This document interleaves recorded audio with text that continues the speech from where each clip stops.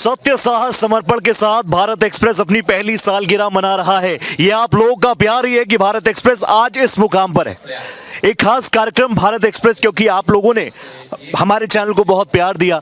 मेरे साथ इस वक्त भारतीय जनता पार्टी के सीनियर मोस्ट चेहरों में शुमार एसपी सिंह बघेल साहब हैं, जो कि इस खास कार्यक्रम की गरिमा बढ़ाते हुए नजर आ रहे हैं। Sir, first of all thank you so much, आपने टाइम निकाला। 1 साल भारत एक्सप्रेस को हो गया है, क्या कहना चाहेंगे?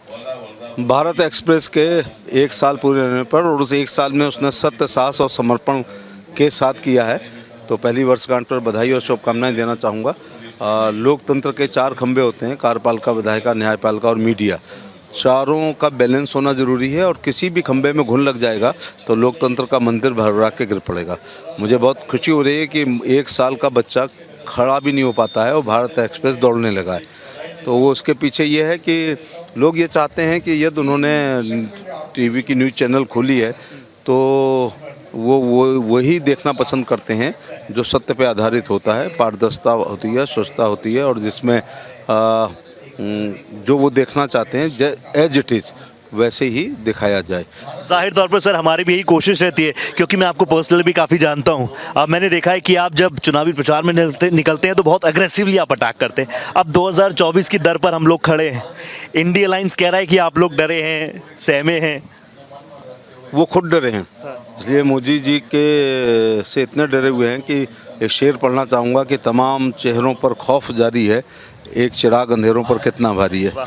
तो मोदी जी से वो डरे हुए हैं। इसीलिए चाणक्य ने बहुत साल पहले कहा था कि यदि कोई राजा बहुत लोकप्रिय होगा तो उसके खिलाफ हमारे दुश्मन का दुश्मन हमारे दोस्त के सिद्धांत पर दुर्लभ संधियाँ और गठबंधन हुआ करेंगे। ऐसी इंडी एक गठबंधन जो हो रहा है, लेकिन मोदी जी की लोकप्रियता की वजह से मैं देख रहा हूँ कि इंडी में भय, भगदड़ और भ्रम की स्थिति पैदा हो रही है।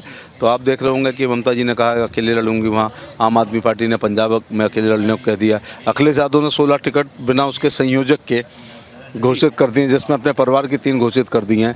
और जो चंद्रशेखर राव प्रधानमंत्री बनने के सपने देख रहे थे और आप देख रहे थे कि लगातार वो लोगों से मिल रहे थे और वो स्वयं अपने राज्य को खो चुके हैं।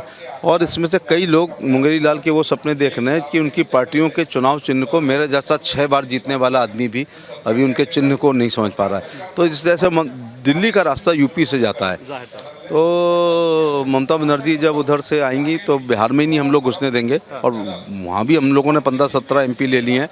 और इसके अलावा उनके चुनाव चिन्ह को उत्तर प्रदेश की जनता नहीं जानती, जबकि दिल्ली का रास्ता यूपी से जाता है।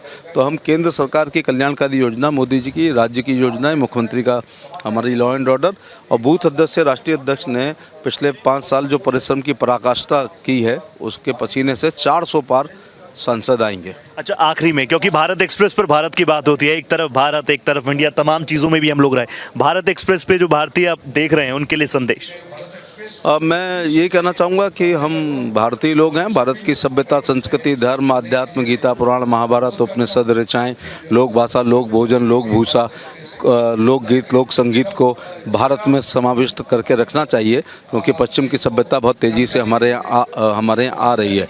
दूसरी बात ये भी कहना चाहूँगा कि चैनल के लिए भी कहना चाहूँगा, यदि हमारे चेहरे पर धूल है तो चैनल को दिखानी चाहिए, लेकिन यदि आईना में धूल है तो जबरदस्ती नहीं चिपकानी चाहिए। Thank you so much sir, thank you so much. तो ये थे एसपी सिंह बघेल जो भारत एक्सप्रेस से एक्सक्लूसिव बात कर रहे थे।